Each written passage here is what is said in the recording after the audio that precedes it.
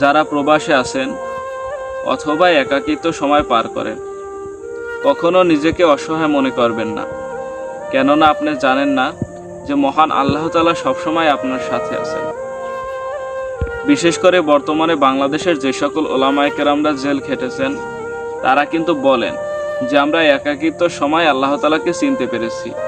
অর্থাৎ তারা যখন জেলে ছিল, একাকিত্ব সময় পার করছে, তখন তারা আল্লাহ তাআলাকে চিনতে পেরেছে, বুঝতে পেরেছে। সুতরাং আপনি আপনার একাকিত্ব সময়কালে মহান আল্লাহ তাআলাকে ডাকেন, তিনি অবশ্যই আপনার চিন্তা, দুরবস্থা ও সকল অশান্তি থেকে মুক্তি দেবেন ইনশাআল্লাহ। যারা প্রবাসে আছেন অথবা একাকিত্ব সময় পার করেন, কখনো নিজেকে অসহায় মনে করবেন না, কেননা আপনি জানেন না যে মহান আল্লাহ তাআলা সবসময় আপনার সাথে আছেন। বিশেষ